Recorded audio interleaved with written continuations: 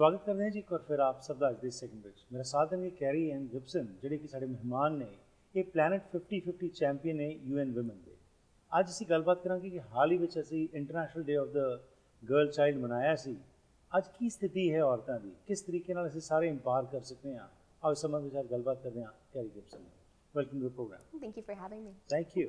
Kerry, we recently celebrated International Day of the Girl Child and there were a lot of events which happened. Tell us actually what is happening all over? What is the status of women today?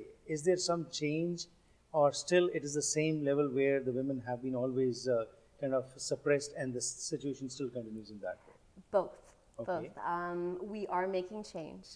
There is headway, but unfortunately, it is at far too slow a pace. Okay. There are still 700 million people who are currently affected by early and forced marriage. And that is appalling. Our customs officers are finding FGM implements, tools at our borders. Honor killings are still happening in our communities. Girls around the world still are not entitled to basic human rights, just basic needs like education and protection. Right. They are still the victims and still not seen as humans. And we need to stop equating them with our possessions and our animals and start realizing that they are equal to everyone. Right. So how do you feel that events of these kind, when we celebrate International Day of the Girl Child or International Day of the Women, events are held, seminars are held, lot of talk is done. Yes. How do these have an impact on the actuality? Well, we certainly hope that awareness will remind people that we still aren't where we need to be. Right. Even in Canada, equality has not yet been achieved. Right. I know our government is striving hard to fill quotas and whatnot, but that's not going to be enough. We need the meat and potatoes addressed. We need infrastructure built. We need the tools in place for the girl child to be able to attain the same things as the boy child. Right. So, Planet 50-50 champion, UN Women you're representing, and it's a matter of great pride that despite your own health and other obstacles, you continue to create awareness in the community. Tell us, how can the people be involved in this movement? Because, yes, one day, of course, we celebrate, we have postings on Facebook, we have on Instagram and social media. But in actuality, what do you think? How can the public come forward and become a part of this movement? There's many ways, in fact, and it isn't just all about tweeting and clicking, although we do appreciate that because that is part of getting the word out, hopefully to the people who can make change, who can make a difference. A lot of it is financial. If you can contribute to projects that address root issues, for instance, the safety of women and children. We are currently fundraising for culturally sensitive transition houses to be built in the Fraser Valley. So if you can, look online, hashtag not yet for the dress, you'll find unfortunately I've forgotten at the moment, the number to text to, text not yet to that number, and you will have a chance to win a $100 gift card to Amazon, but just by donating $5. So it's a bit of a pay to play, and it is a lot of fun in order to pitch in towards building these transition houses to provide for the safety of women and their families in their time of need. Right. There is, of course, a Twitter campaign that will be going out. We're encouraging people to tweet out their bridal-themed Halloween costumes. Okay. Because, of course, child marriage is scary. Right. And it's another way to object. These earrings that I'm wearing are by a company called Free de Couture. Okay. And it empowers Indigenous Colombian women to have some funds for their families. Right. And that's actually a locally developed company by Lavanya Haramath and Laura Guzman. Okay. And I'm very proud of their work. And that, again, is another way to empower women in a real, tangible way. Okay. Well, that's a great initiative what you're talking. But when we talk about the developing countries, we know there is suppression, child marriages you talked about, or forcible marriages, and also lots of other suppression of the women. But what about Canada or developed countries which we claim where equality is there, where women have the equal rights? Where do we stand today? As far as the government is concerned, whatever they're doing, that's fine. But as far as an individual level is concerned, do you think the mindset of the people is having a change over the years, or it still is that same mentality which exists?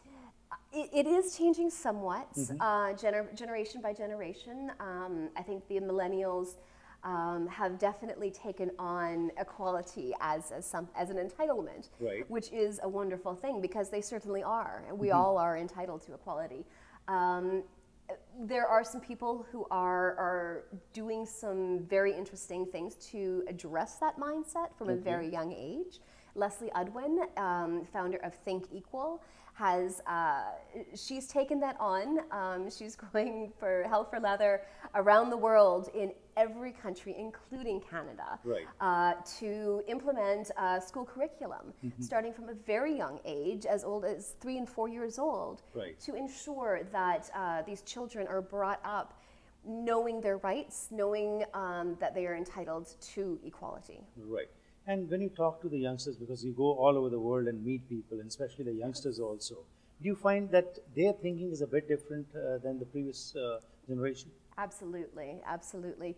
I think the previous generation perhaps sat back a little bit, Okay. and accepted things and accepted their role as what it was, Right. and no, what was it? The generation before, I mean, was quite well known for activism or whatnot. However, I suppose that this ebbs and flows from generation to generation, and there's this newfound youth movement that is very inspirational, and I'm so proud of all the youth around the world that I've been mentoring, and I've been watching them take serious action for in the fields that they feel very passionate about.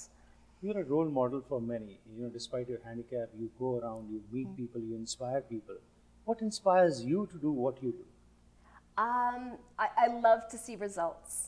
That's the long and the short of it. I love to see the end result, change actually being made, people actually succeeding. Right. At I think everybody is entitled to achieve their dreams and work at their dreams, or at least get a shot at them. Right. We are really encouraging the She for She movement right now.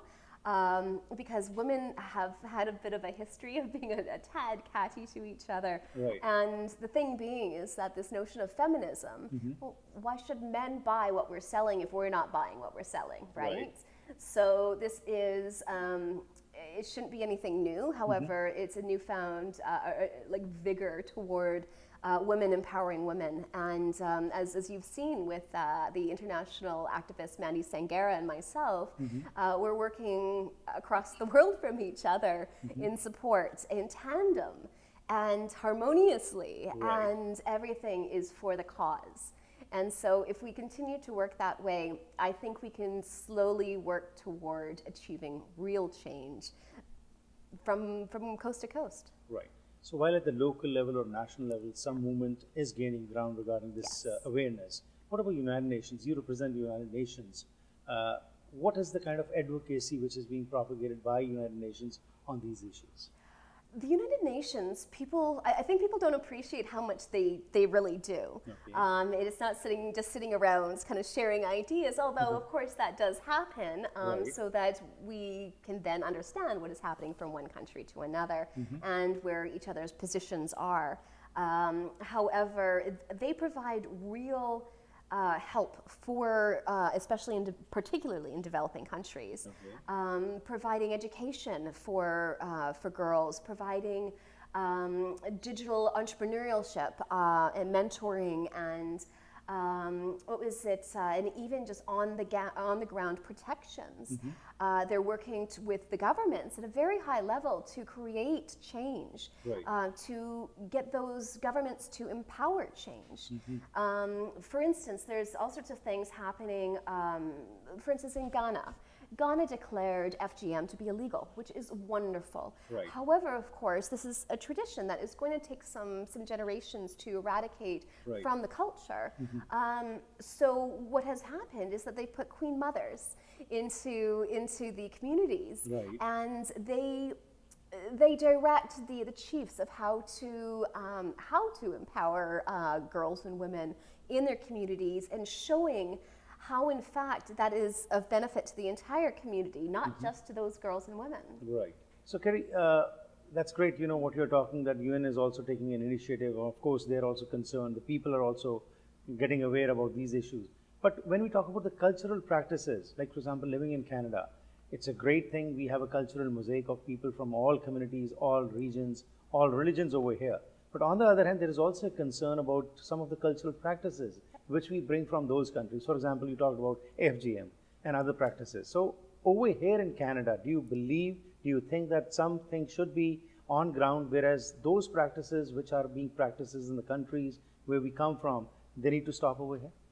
They need to stop everywhere, Right. Because it doesn't matter where it's happening. It is still a violation of human rights. Absolutely. And girls' rights are human rights. Right. And it is violent assaults to mutilate a child in the name of tradition, and that just has to end, full stop. And there was a little bit of an incident recently. With the federal government wanting to eradicate the terminology used Right.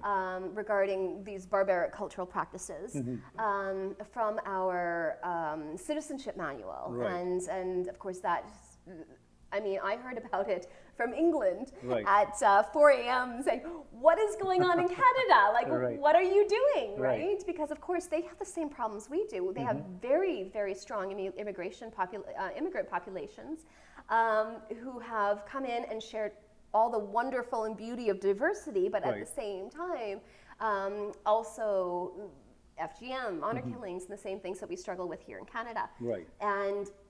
And so for them, it was we cannot be neutral. I Right. mean, and that is my thought as well. I mean, I feel very strongly in allegiance with Elie Wiesel, Right.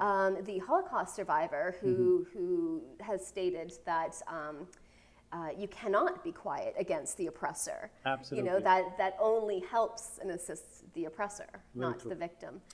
And so there are ways that we need to go about this and be very strong in voicing our opinions and Right. not be neutral Right. about that, and also provide relief to those who are perhaps victims of that. Absolutely. Well, it's a matter of great pride that we have activists like you who are coming forward and bringing more awareness in the community. And we wish you the best of luck and for your future endeavors. Thank you for being here and coming over and talking on this important issue. Thank you. Thank you for supporting as always, Harpreet. That's Welcome. wonderful. Thank you. Thanks.